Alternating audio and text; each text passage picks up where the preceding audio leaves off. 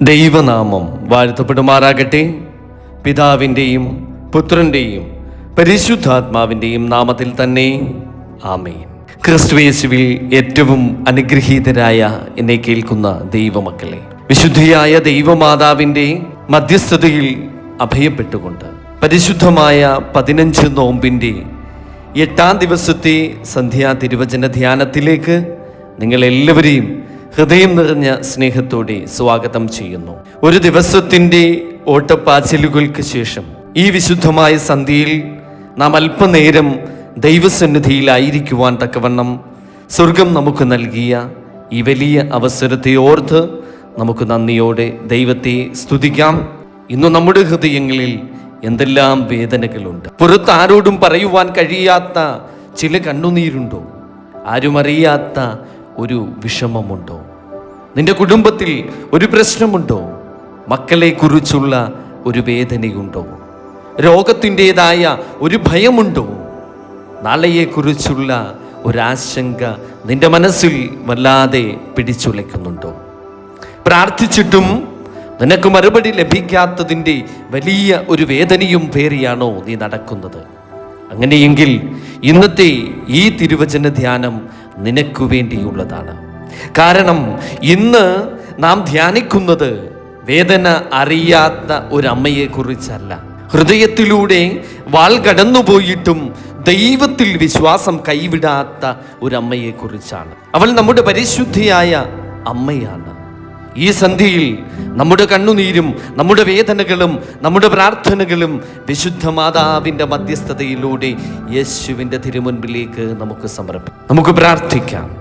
കരുണാമയനായ ദൈവമേ, ഈ അനുഗ്രഹീതമായ സന്ധ്യയിൽ അങ്ങയുടെ തിരുസന്നിധിയിലേക്ക് ഞങ്ങൾ കടന്നു വരികയാണ്. ഈ ദിവസം മുഴുവൻ ഞങ്ങളെ അവിടുന്ന് കാത്തു പരിപാലിച്ച് കൃപയ്ക്കായിട്ട് ഞങ്ങൾ നിന്നോട് നന്ദി പറയുന്നു. ഞങ്ങളുടെ സന്തോഷങ്ങളും ഞങ്ങളുടെ ദുഃഖങ്ങളും ഞങ്ങളുടെ വിജയങ്ങളും ഞങ്ങളുടെ പരാജയങ്ങളും എല്ലാം അങ്ങയുടെ തിരുമുൻപിലേക്ക് ഞങ്ങൾ സമർപ്പിക്കുന്നു. കർത്താവേ, ഞങ്ങളുടെ ഹൃദയത്തിലെ മുറിവുകൾ അങ്ങ് കാണണമേ. മറ്റാരോടും പറയുവാൻ കഴിയാത്ത വേദനകൾ തമ്പുരാനെ അങ്ങ് അവിടുന്ന് അറിയണമേ. ഞങ്ങളുടെ കണ്ണുനീർ അങ്ങയുടെ കരങ്ങളിൽ സ്വീകരിക്കണമേ. വിശുദ്ധ ദൈവമാതാവിൻ്റെ മധ്യസ്ഥതയാൽ ഞങ്ങളുടെ ഹൃദയങ്ങൾക്ക് ആശ്വാസം നൽകണമേ. ഇന്ന് കേൾക്കുന്ന ഈ തിരുവചനം ഞങ്ങളുടെ ജീവിതത്തിൽ പ്രത്യാശയുടെ വലിയ ഒരു പ്രകാശമാകട്ടെ. ഞങ്ങളുടെ വിശ്വാസത്തെ അവിടുന്ന് ശക്തിപ്പെടുത്തണമേ. ഞങ്ങളുടെ കുടുംബങ്ങളെ അവിടുന്ന് അനുഗ്രഹിക്കണമേ. ഞങ്ങളുടെ വീടുകളിൽ സമാധാനം നിറയ്ക്കണമേ. തമ്പുരാനെ, ഞങ്ങളുടെ ഹൃദയം അങ്ങേക്ക് സമർപ്പിക്കുന്നു. പരിശുദ്ധ ദൈവമാതാവായ മറിയമ്മേ, വേദനിക്കുന്ന ഹൃദയങ്ങളുടെ അമ്മേ, ഞങ്ങളുടെ പ്രാർത്ഥന അവിടുന്ന് കേൾക്കണമേ. നിന്റെ ഹൃദയത്തിലൂടെ വാൾ കടന്നുപോയപ്പോഴും നീ ദൈവത്തെ ഉപേക്ഷിച്ചില്ല. കണ്ണുനീർ വന്നപ്പോഴും നീ വിശ്വാസം കൈവിട്ടില്ല. കുരിശിൻ്റെ വഴിയിലും നീ യേശുവിനോടൊപ്പം നിന്നു. അമ്മേ, ഇന്നു ഞങ്ങളുടെ ജീവിതത്തിൻ്റെ കുരിശുകൾ നിന്റെ കരങ്ങളിലേക്ക് സമർപ്പിക്കുന്നു. രോഗത്തിൻ്റെ കുരിശ് വഹിക്കുന്നവർക്ക് വേണ്ടി പ്രാർത്ഥിക്കണമേ. മക്കളെ കുറിച്ച് വേദനിക്കുന്ന മാതാപിതാക്കൾക്ക് വേണ്ടി പ്രാർത്ഥിക്കണമേ. കുടുംബ പ്രശ്നങ്ങളിലൂടെ കടന്നു പോകുന്നവർക്ക് വേണ്ടി പ്രാർത്ഥിക്കണമേ. വിവാഹ ജീവിതത്തിൽ വേദനിക്കുന്നവർക്ക് വേണ്ടി പ്രാർത്ഥിക്കണമേ. ഒറ്റപ്പെട്ടുപോയ ഹൃദയങ്ങൾക്ക് വേണ്ടി പ്രാർത്ഥിക്കണമേ. ജോലിയില്ലാതെ വിഷമിക്കുന്നവർക്ക് വേണ്ടി പ്രാർത്ഥിക്കണമേ. കടബാധ്യതകളിൽ കഴിയുന്നവർക്ക് വേണ്ടി അമ്മയെ അവിടുന്ന് മധ്യസ്ഥം വഹിക്കണമേ.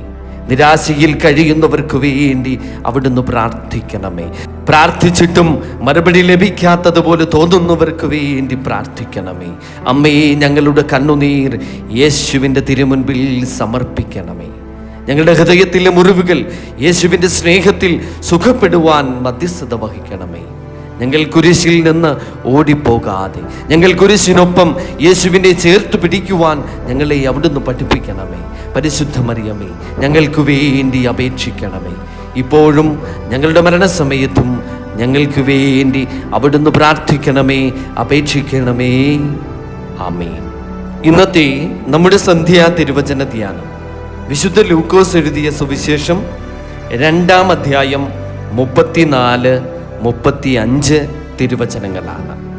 പിന്നെ ശിമയോൻ അവരെ അനുഗ്രഹിച്ച് അവൻ്റെ അമ്മയായ മറിയയോട് അനേക ഹൃദയങ്ങളിലെ വിചാരം വെളിപ്പെടേണ്ടതിന് ഇവനെ ഇസ്രായേലിൽ പലരുടെയും വീഴ്ചയ്ക്കും എഴുന്നേൽപ്പിനും മറുത്തു പറയുന്ന അടയാളത്തിനുമായി വെച്ചിരിക്കുന്നു. നിന്റെ സ്വന്തം പ്രാണനിൽ കൂടെയും ഒരു വാൾ കടക്കും എന്ന് പറഞ്ഞു. ആമേൻ, ഹല്ലേലൂയ. പ്രിയ ദൈവമക്കളെ, ഇന്നത്തെ ഈ തിരുവചനം വളരെ ചെറിയ ഒരു ഭാഗമാണ്. പക്ഷേ അതിനുള്ളിൽ ഒരമ്മയുടെ മുഴുവൻ ജീവിതത്തിലെയും വേദനയും വിശ്വാസവും ഒളിഞ്ഞിരിക്കുന്നു. ശിമയോൻ പരിശുദ്ധ മാതാവിനോട് പറഞ്ഞു, നിന്റെ സ്വന്തം ഹൃദയത്തിലൂടെ ഒരു വാൾ കടന്നു പോകും. അതൊരു സാധാരണ വാക്കായിരുന്നില്ല. മറിയത്തിൻ്റെ ജീവിതത്തിൽ വരുവാനിരിക്കുന്ന വേദനകളുടെ ഒരു മുന്നറിയിപ്പായിരുന്നു അത്. അവൾ ദൈവത്തിൻ്റെ അമ്മയാകുവാൻ തിരഞ്ഞെടുക്കപ്പെട്ടവളായിരുന്നു. എന്നാൽ ദൈവം അവൾക്ക് വേദനകളില്ലാത്ത ഒരു ജീവിതമാണ് നൽകിയത് എന്ന് തിരുവചനം നമ്മോട് പറയുന്നില്ല. മറിച്ച് ദൈവഹിതം സ്വീകരിച്ചവളുടെ ജീവിതത്തിലും കുരിശുണ്ടായിരുന്നു എന്നതാണ്. ഇത് നമ്മുടെ ജീവിതത്തിന് വളരെ വലിയൊരു സന്ദേശമാണ്. പലപ്പോഴും നാം ചിന്തിക്കുന്നത്, ഞാൻ ദൈവത്തിൽ വിശ്വസിക്കുന്നു, അതുകൊണ്ട് എൻ്റെ ജീവിതത്തിൽ പ്രശ്നങ്ങൾ ഒന്നും തന്നെ ഉണ്ടാകരുത് എന്നാണ്. എന്നാൽ സുവിശേഷം അങ്ങനെ പറയുന്നില്ല. വിശ്വാസം എന്നത് പ്രശ്നങ്ങൾ ഒന്നും ഉണ്ടാകാത്ത ഒരു ജീവിതമല്ല. പ്രശ്നങ്ങളുടെ നടുവിലും ദൈവം നമ്മോടൊപ്പമുണ്ട് എന്ന് വിശ്വസിക്കുന്ന ഒരു ജീവിതമാണ് വിശ്വാസം. മറിയത്തിൻ്റെ വേദന, മറിയം യേശുവിനെ ദേവാലയത്തിൽ സമർപ്പിച്ചപ്പോൾ അവൾക്ക് ഈ വാക്ക് കേൾക്കേണ്ടി വന്നു, നിന്റെ ഹൃദയത്തിലൂടെ ഒരു വാൾ കടന്നുപോകും. പിന്നീട് അവളുടെ ജീവിതത്തിൽ എത്രയോ വേദനകൾ വന്നു. ബേത്ലഹേമിലെ ദാരിദ്ര്യം, സ്വന്തം കുഞ്ഞിന് താമസിക്കുവാൻ ഇടമില്ലാത്ത അവസ്ഥ, ഈജിപ്തിലേക്കുള്ള പലായനം, 12-ാം വയസ്സിൽ യേശുവിനെ ദേവാലയത്തിൽ കാണാതായപ്പോൾ ഉണ്ടായ വേദന, യേശുവിൻ്റെ പരസ്യ ശുശ്രൂഷയുടെ കാലത്ത് അനുഭവിച്ച ആശങ്കകൾ, അവസാനം കാൽവരിയിലെ കുരിശ്. സ്വന്തം മകൻ കുരിശിൽ തൂങ്ങിക്കിടക്കുന്നത് ഒരമ്മയുടെ കണ്ണുകൾക്ക് മുന്നിൽ കാണേണ്ടി വന്നു. എന്നിട്ടും പരിശുദ്ധിയായ മറിയം ദൈവത്തെ കുറ്റപ്പെടുത്തിയില്ല. അവൾ പറഞ്ഞില്ല, ദൈവമേ, എന്തുകൊണ്ടാണ് ഇതെനിക്ക് സംഭവിക്കുന്നത് എന്ന്.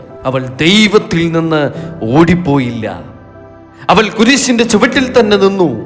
ഇതാണ് ഇന്ന് നമുക്ക് പഠിക്കുവാനുള്ള ഏറ്റവും വലിയ പാഠം. പ്രിയ സഹോദരങ്ങളെ, ഇന്ന് നമ്മുടെ ഹൃദയത്തിലൂടെയും ചില വാളുകൾ കടന്നു പോകുന്നുണ്ടാകാം. ഒരമ്മയുടെ ഹൃദയത്തിലൂടെ കടന്നു പോകുന്ന വാൾ, മകനെ കുറിച്ചുള്ള ഒരു വേദന, മകളെ കുറിച്ചുള്ള ഒരാശങ്ക, ഭർത്താവിനെ കുറിച്ചുള്ള, ഭാര്യയെ കുറിച്ചുള്ള വിഷമം, ഒരു പിതാവിൻ്റെ ഹൃദയത്തിൻ്റെ ഭാരം, ഒരു രോഗിയുടെ വേദന, ഒരു ഏകാന്തനായ മനുഷ്യൻ്റെ കണ്ണുനീർ. നമ്മുടെ ജീവിതത്തിലെ ചില വേദനകൾ മറ്റുള്ളവർക്ക് കാണുവാൻ പോലും കഴിയില്ല. പുറത്ത് നമ്മൾ ചിരിക്കും, പക്ഷേ ഉള്ളിൽ ഒരുപക്ഷേ നമ്മൾ കരയുകയാകും. പുറത്ത് നമ്മൾ ശക്തരായി തോന്നും, പക്ഷേ രാത്രിയിൽ കിടക്കുമ്പോൾ കണ്ണുനീർ നമ്മുടെ തലയിണയെ നനയ്ക്കും. ആ സമയത്ത് ഓർക്കുക, ദൈവം നിങ്ങളുടെ കണ്ണുനീർ കാണുന്നുണ്ട്. നിങ്ങളുടെ ഹൃദയത്തിൻ്റെ വേദന ദൈവം അവിടുന്ന് അറിയുന്നുണ്ട്. മറിയം നമ്മെ പഠിപ്പിക്കുന്നത് വിശ്വാസം. മറിയത്തിൻ്റെ വിശ്വാസം എന്തായിരുന്നു? ദൈവമേ, എനിക്കെല്ലാം മനസ്സിലാകണമെന്നില്ല, പക്ഷേ ഞാൻ അങ്ങിൽ തന്നെ വിശ്വസിക്കുന്നു. ഇതാണ് യഥാർത്ഥ വിശ്വാസം. നമ്മുടെ ജീവിതത്തിലും ചില കാര്യങ്ങൾക്ക് ഉത്തരം കിട്ടണമെന്നില്ല. എന്തുകൊണ്ടാണ് എൻ്റെ ജീവിതത്തിൽ ഇത് സംഭവിച്ചത്? അങ്ങനെ നാം പലപ്പോഴും ചോദിച്ചേക്കാം. എൻ്റെ പ്രാർത്ഥനയ്ക്ക് എന്തുകൊണ്ട് മറുപടി ലഭിക്കുന്നില്ല? എനിക്ക് മാത്രമാണോ ഇത്രയും വലിയ കഷ്ടപ്പാടുകൾ? ഇങ്ങനെയൊക്കെ നാം ചോദിച്ചേക്കാം. എന്നാൽ ചിലപ്പോൾ ദൈവത്തിൻ്റെ ഉത്തരം, എന്നിൽ വിശ്വസിക്കൂ, കാരണം ദൈവമെല്ലാം ഒരുമിച്ച് വെളിപ്പെടുത്തുന്നില്ല. പക്ഷേ അവൻ നമ്മെ ഒരിക്കലും ഉപേക്ഷിക്കുന്നില്ല. കുരിശിനപ്പുറം ഒരു ഉയർപ്പുണ്ട്. മറിയം കുരിശ് കണ്ടു, പക്ഷേ കുരിശിനപ്പുറം ഉയർപ്പം കണ്ടു. അവൾ കണ്ണുനീർ കണ്ടു, പക്ഷേ അതിനപ്പുറം മഹത്വവും കണ്ടു. അതിനാൽ ഇന്ന് നിങ്ങൾ എന്തെങ്കിലും കുരിശ് വഹിക്കുന്നുണ്ടെങ്കിൽ നിങ്ങളുടെ കഥ ഇവിടെ അവസാനിക്കുന്നില്ല. നിങ്ങളുടെ കണ്ണുനീരോടെ കഥ അവസാനിക്കുന്നില്ല. നിങ്ങളുടെ പരാജയത്തോടെ കഥ അവസാനിക്കുന്നില്ല. നിങ്ങളുടെ രോഗത്തോടെ കഥ അവസാനിക്കുന്നില്ല. നിങ്ങളുടെ കുടുംബ പ്രശ്നങ്ങളോടെ കഥ അവസാനിക്കുന്നില്ല. ദൈവത്തിന് ഇപ്പോഴും നിങ്ങളുടെ ജീവിതത്തിൽ ഒരു പദ്ധതിയുണ്ട്. അതുകൊണ്ട് കാത്തിരിക്കുക, പ്രാർത്ഥിക്കുക, വിശ്വസിക്കുക. കൈകൾ ദൈവത്തിൻ്റെ കരങ്ങളിലേക്ക് ഏൽപ്പിക്കുക. ഇന്നത്തെ നമ്മുടെ ജീവിതത്തിനു വേണ്ടി ചെറിയ ഒരു ആത്മീയ തീരുമാനം. ഈ ശൂനോയോ നോമ്പിൻ്റെ 8-ാം ദിവസം നമുക്കൊരു തീരുമാനമെടുക്കാം.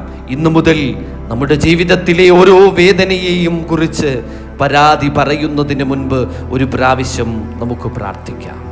യേശുവേ, ഇതെന്തുകൊണ്ടാണെന്ന് എനിക്ക് മനസ്സിലാകുന്നില്ല, പക്ഷേ ഇതും അങ്ങയുടെ കരങ്ങളിൽ ഞാൻ സമർപ്പിക്കുന്നു എന്ന് പറയാം. രാത്രിയിൽ ഉറങ്ങുന്നതിന് മുൻപ് നമ്മുടെ എല്ലാ ആശങ്കകളും യേശു തമ്പുരാന്റെ പാദങ്ങളിൽ വയ്ക്കാം.